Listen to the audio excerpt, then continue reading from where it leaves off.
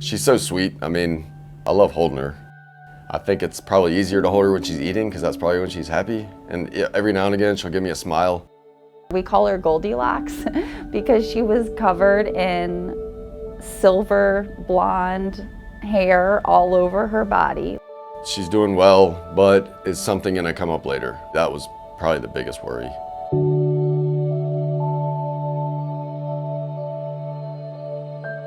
They noticed some skin irritation last week.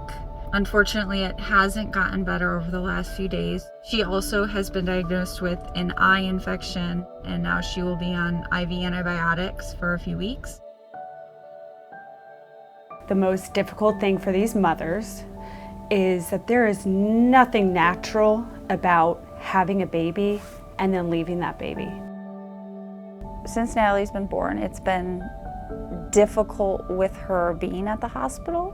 The day that I was discharged was really difficult, just not wanting to leave her in the hospital alone. It was tough.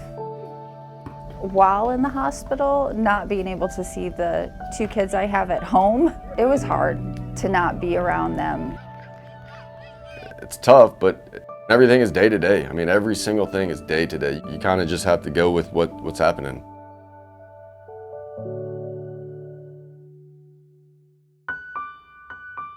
They came in that first day and went over the use of the Medela symphony pump. And then they would come in every day and check and see how the pumping process was going and how much milk I was getting out. Just got done bedside pumping again. We've spent some time together today practicing nursing. It's been a delight to use. It's very quiet also, and it's very efficient. You only need to pump for about 15 minutes. It's wonderful. Our kids have gotten used to it, I think. The first time they saw it, they were like kind of confused about what she was doing. We're getting ready for some middle of the night pumping action. It's almost 2 a.m. and I am due to pump now. They allow us to just pump and then save the milk for us, and then they use that milk for her feedings. It is a little after 11 o'clock. Good morning. It is about 6, almost 6:15. It is about 9:30. She is doing much better with her skin infection. You have to time your day accordingly.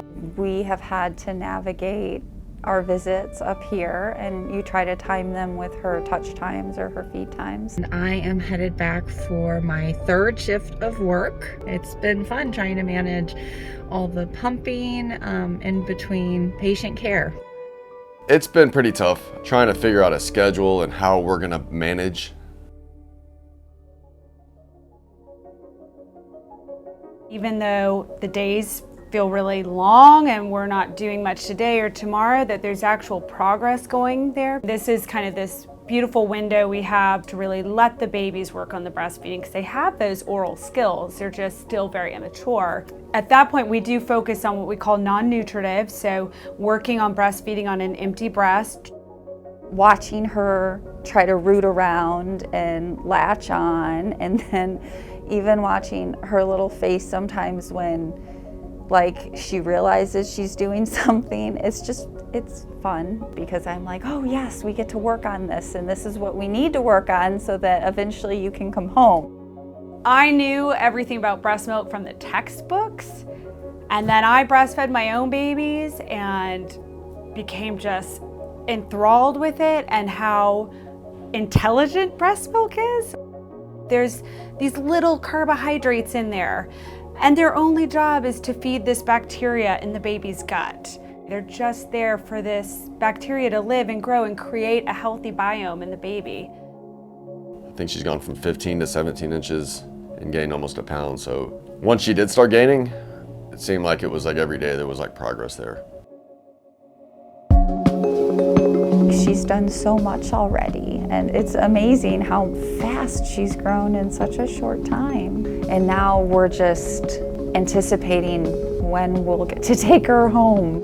I mean, there's so many people waiting to meet her, especially your brothers. Also a little bit nerve-wracking just because it's going to be a big change for her, but we're looking forward to it.